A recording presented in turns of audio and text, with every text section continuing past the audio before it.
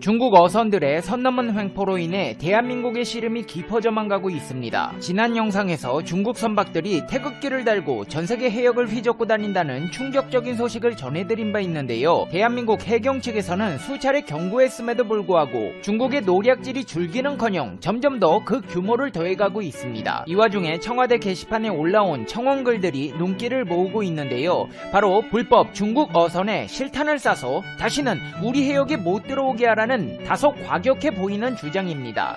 해당 청원을 살펴보자면 우리나라는 중국에게 너무 무르다. 우리나라에서 제품을 만들면 중국에서 모양만 비슷한 짝퉁을 만들어도 우리나라는 항의하지 못한다.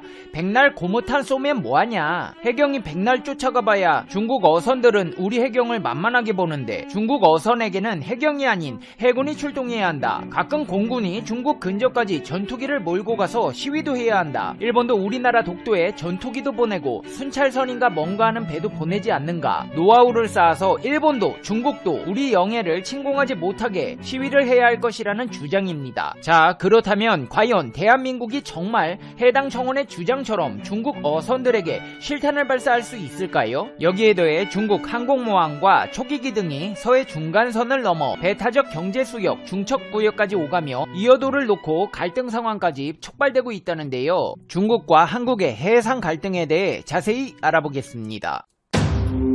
페페TV 팩트 체크.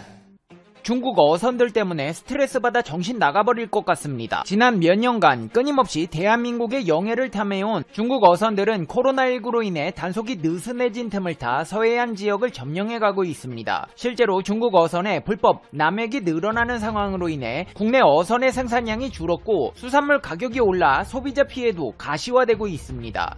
해양수산부에 따르면 지난해 서해에서 납포하거나 퇴거 조치한 중국 어선 수는 4,438척에 달하는 것으로 집계되었습니다. 이는 2019년 953척보다 무려 4.7배 많은 수치이며 심지어 2018년 338척보다는 13.1배 증가했습니다. 특히나 우려되는 생물을 살펴보자면 봄 제철을 맞아 탱탱한 식감을 자랑하는 쭈꾸미, 간장게장, 양념게장, 꽃게탕 등 대한민국의 대표적인 밥도둑으로 유명한 꽃게가 비상사태를 맞았습니다. 보통 쭈꾸미 같은 경우 이맘때면 하루에 20톤씩 나와야 하는데 지금은 채 2-3톤이 안 나오고 있고 킬로그램당 2만원의 시가를 형성하고 있는데 만약에 이 상태에서 소비가 살아나면 2배 가격으로 폭등할 것이라는 분석이 나오고 있습니다. 꽃게도 마찬가지입니다. 이들 중국 어선들의 배타적 경제수역 출현은 꽃게철에 더욱 몰리고 있어 강력한 단속이 요구되고 있습니다. 실제로 같은 3년간 4월과 5월, 6월, 봄철 9월, 10월, 11월 가을 꽃게철에 나타나는 중국 어선은 전체 출현 중국 어선의 약 65%에 해당하는 수치로 대한민국 국민 여러분 밥상에 올라가야 할 맛있는 꽃게들이 중국으로 넘어가고 있는 실정입니다. 이뿐만이 아닙니다. 통계청 국가 통계 포털에 따르면 고등어, 삼치, 대구, 넙치 등 우리 밥상에 오르는 생선 생산량이 최근 크게 줄었습니다. 국민 생선인 고등어가 2019년 10만 1121톤 에서 지난해 77,401톤으로 23.4%가량 생산이 줄었고 삼치도 같은 기간 12.9% 생산량이 감소했으며 대구 또한 42.2%, 넙치는 22.5% 줄었습니다. 이들이 이용하는 방법은 일명 쌍타망 어선으로 어선 두 척이 일정 간격을 벌려 바다에 그물을 투하하고 저속으로 항해해 그물 속으로 물고기가 들어가도록 합니다. 한마디로 꽃게고 쭈꾸미고 오징어, 멍게, 해삼, 말미잘, 고등어, 삼치, 넙치 할 거 없이 싹쓸이 해간다는 것입니다. 우리나라뿐 아니라 전세계에서 지탄받는 중국의 불법 조업은 크게 세 가지 특징을 가지고 있는데 첫째, 지역을 가리지 않고 생물이 있는 곳이라면 바다 끝까지 찾아간다는 것입니다. 중국은 약 17,000척까지 추정되는 세계 최대 원양어업 선단을 보유하고 있는데 이 중에 무려 12,000척이 중국 이외의 타국 해역에서 조업 활동을 벌이며 이는 세계 공해상 어획량의 약 35%를 차지하고 있습니다. 심지어 세계적 해양 생태계 세계 보전구역인 갈라파고스 해역까지 들어가 멸종 위기 어류와 해양 생물의 씨를 말리고 있어 우려를 낳고 있습니다. 두 번째는 해군 및 해경과 연계된 중군사 조직인 이른바 해상민병이 동원되는 형태를 보이고 있으며 이들의 정체는 사실상의 준군사 조직체로서 제3의 해상 군 병력으로 인식되고 있다는 점입니다. 세 번째는 중국의 중앙정부 관여 및 개입하에 이루어진다는 점으로 보조금 지급과 지휘 형태로 나타난다는 점입니다. 중국은 1980년대 이후 국가 현대화 기치 아래 해양강국 목표를 설정하고 어업을 국가의 정치 전략적 이해와 연계시켜 보조금 지급과 정책적 지원을 통해 식량 안보 확보를 추구해 옴으로써 불법 조업을 비호한다는 인식마저 심어주고 있습니다. 중국은 불법 조업뿐 아니라 서해상에서의 군사 행동 또한 잦아지고 있어 우려를 자아내고 있는데요. 지난해 중국 항공모함인 라오닝호와 산동호는 우리 관할구역에서 약 20회의 해상훈련을 했으며 함정 항공기를 동원한 대잠수함 훈련도 약 10회에 걸쳐 이루어졌습니다. 중국군이 집중적으로 움직이는 곳은 서해에 있는 한국과 중국의 배타적 경제수역 중첩구역인데 주민욱 이어도 연구회 연구실장은 한중 해양 갈등과 중국의 언론보도 분석이라는 논문을 통해 한중 간 해양 경계 획정 문제는 양국 간 극명한 견해차로 인해 가끔씩 열리는 회담만으로는 해결의 여지가 전혀 보이지 않고 있다. 이어도 해역을 둘러싸고 중국과 한국의 입장이 첨예하게 대립하고 있다는 분석을 내놓기도 했는데요. 자, 그렇다면 대한민국은 어떻게 해야 하는 것일까요? 야, 페페TV야, 그걸 질문이라고 하고 있냐? 대한민국이 발전된 군사력으로 홍구멍을 내줘야지. 현무 포고 KF-X고 세종대왕 이지스함이고 장난감으로 만든 거 아니잖아. 실전에 투입할 때가 됐다. 예비군복 다려놓고 전투화 닦아놓을 테니까 당장 한판 붙자고 해. 나라를 지키고자 하는 마음 진심으로 감사합니다. 근데 죄송하지만 일단 조금만 이성을 찾으시고 진정해 주시기를 부탁드립니다. 무력으로 홍구멍을 내주더라도 그 전에 대화를 먼저 해봐야 합니다. 대한민국에서는 중국과의 갈등을 줄이고자 하는 방편으로 양국 군사 당국 간 직통전화 한라인을 추가로 개설하기로 했습니다. 국방부에 따르면 김상진 국방부 국제정책관과 츠거웨이 협력항공실 주임은 한중 해공군 간 직통전화 양해각서 개정안에 서명했습니다. 이에 따라 양국은 한국 해군과 중국 동부정구 해군 간 한국 공군과 중국 동부정구 공군 간 두 개 직통전화를 추가로 개설하기로 하고 이를 위한 실무 협의를 진행하기로 했습니다. 국방부는 한중 군사 간 소통을 강화해 공중 해상에서 우발적 충돌을 예방하고 군사적 신뢰를 한 단계 높일 수 있을 것이라며 한반도를 포함한 영내 긴장 완화와 평화 정착에도 기여할 것이라고 말했습니다. 일단 대화로 풀어가야겠지만 이야기를 나누어 봤음에도 불구하고 우리나라의 꾸미와 꽃게를 털어가며 해군 함정들이 우리 해역을 쳐들어온다면 그때는 우리도 가만히 있을 수 없습니다. 자, 그렇다면 어떤 조치를 취할 수 있을까요? 일단 다른 나라의 예를 들어보자면 어족 자원을 빼앗기는 국가들은 군사작전 수준의 강경한 대응에 나서고 있습니다. 중국과 어업권 분쟁을 겪었던 인도네시아는 남중국해 인근 나투나 제도에 F-16 전투기 5대를 배치했으며 베트남도 불법 조업 등을 단속하는 수산자원 감시대 소속 선박에 기관총, 고사포 등의 무기류를 탑재했다는 보도가 나온 바 있습니다.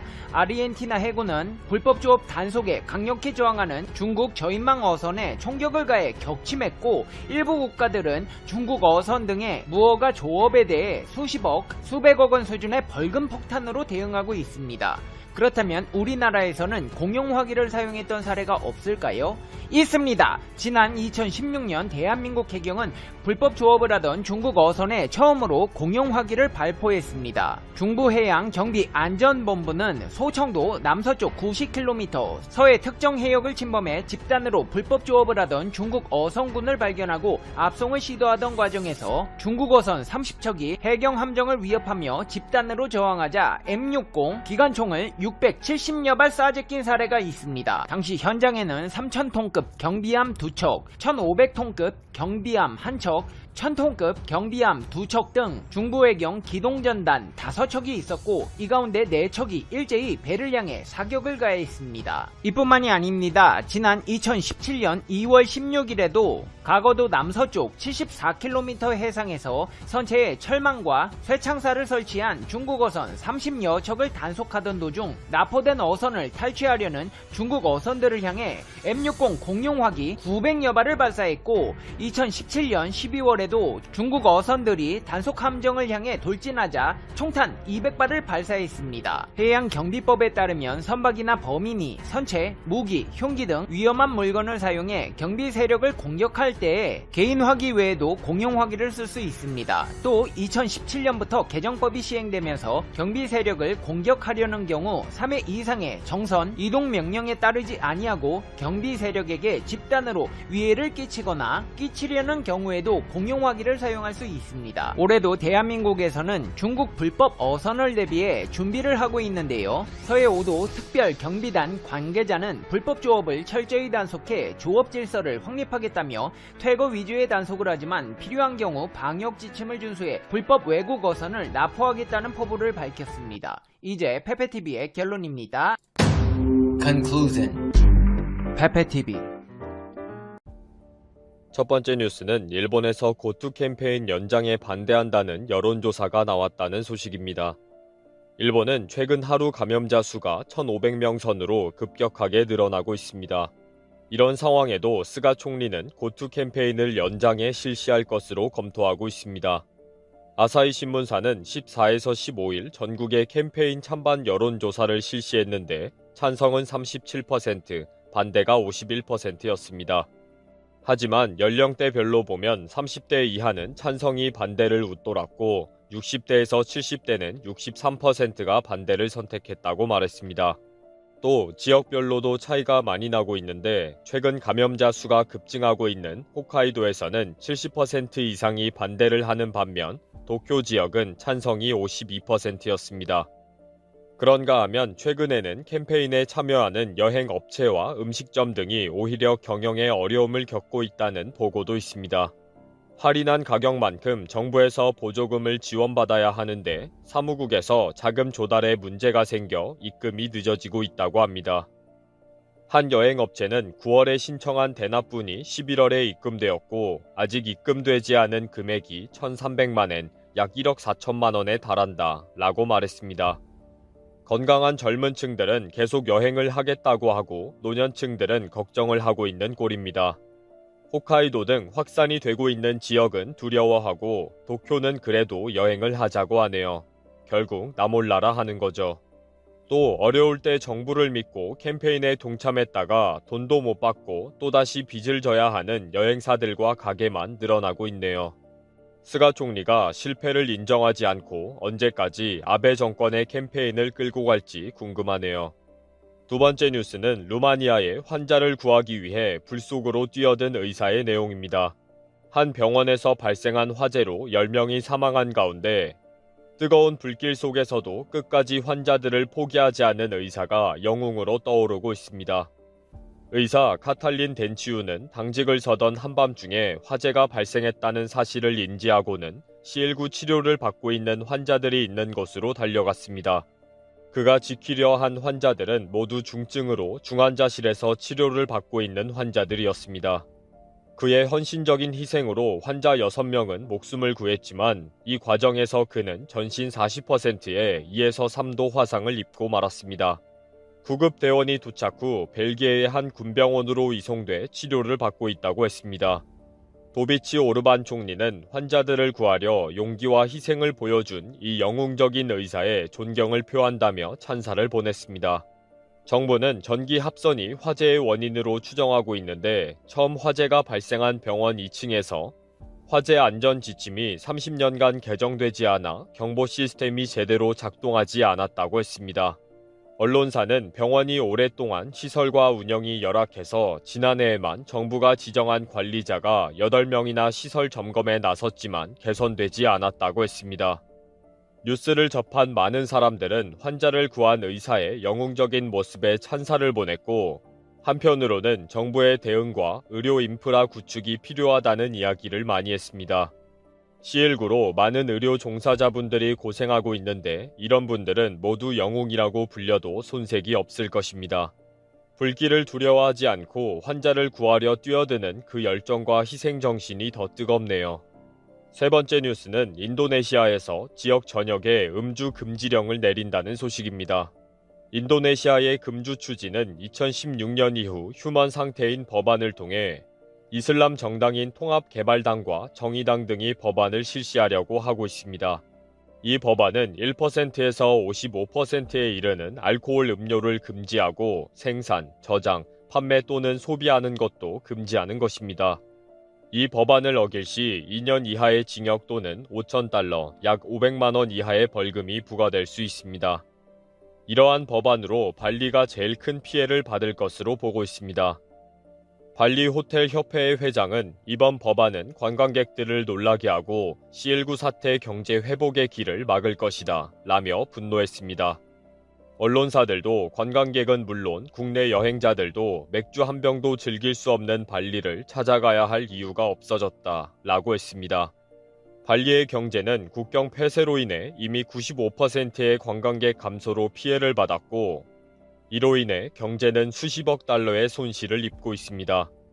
정부에서는 아직 법안의 세부 사항은 추가적인 논의가 필요하며 현재 제안일 뿐이며 합의할 수 있는 사항에 대한 논의가 있을 것이라고 말했습니다. 그러면서 종교의식, 관광객, 그리고 특별한 허가를 받은 사람이나 장소를 포함한 특정한 예외가 고려되고 있지만 아직은 이러한 허가가 어떻게 작용하고 누가 자격을 얻을지는 논의 중이라고 했습니다. 나라에서 관광 사업을 도와주지는 못하고 망하게 만들려고 하네요. 술을 마실 수 있는 자격을 어떤 방법으로 정한다는 건지 이해가 되지 않습니다. 네 번째 뉴스는 스웨덴에서 드디어 대중 집회를 50명에서 8명으로 줄였다는 소식입니다. 대부분의 유럽 국가들은 국경을 봉쇄하는 등 강력한 방법으로 C19 감염자 수를 줄이려고 노력하고 있습니다. 하지만 스웨덴은 봉쇄와 광범위한 마스크 사용을 무시했습니다. 최근에도 감염자가 급증하고 있었지만 정부에서는 국민의 자발적인 사회적 거리두기, 손 씻기 등을 강조하기만 했습니다. 이렇게 정부의 느슨한 규제만 실행되면서 지금 스웨덴은 어떠한 유럽 국가보다 빠르게 감염자가 급증하고 있으며 1인당 사망률이 북유럽 이후 국가보다 몇 배 높게 나오고 있습니다. 최근까지만 하더라도 식당과 술집, 체육관 영업에 강력한 규제 없이 운영되면서 집단 면역을 실험해 왔습니다. 하지만 이러한 정부의 실험이 효과를 보지 못하면서 많은 사람들이 정부의 신뢰를 잃었습니다. 이번 기자회견에서 스테판 레벤 총리는 지난 봄 국민들에게 권고했던 방역 조치들이 이제 지켜지지 않고 있어 정부에서 금지할 필요가 생겼다 라면서 체육관, 도서관 등에 가지 말고 저녁 약속도 취소하라고 말했습니다. 그는 국가와 사회, 자기 자신을 위해서라도 올바른 선택을 해달라고 했습니다. 하지만 C19 확산을 막기 위해 완전한 봉쇄를 할 생각은 없으며 아직까지 우리들이 해왔던 방역 방식이 적절했다고 믿고 있다 라고 강조했습니다. 누구 머리에서 이런 말도 안 되는 실험이 나온 건지 궁금하네요. C19 초기 발생 시기에도 집단 면역을 시도했다 망한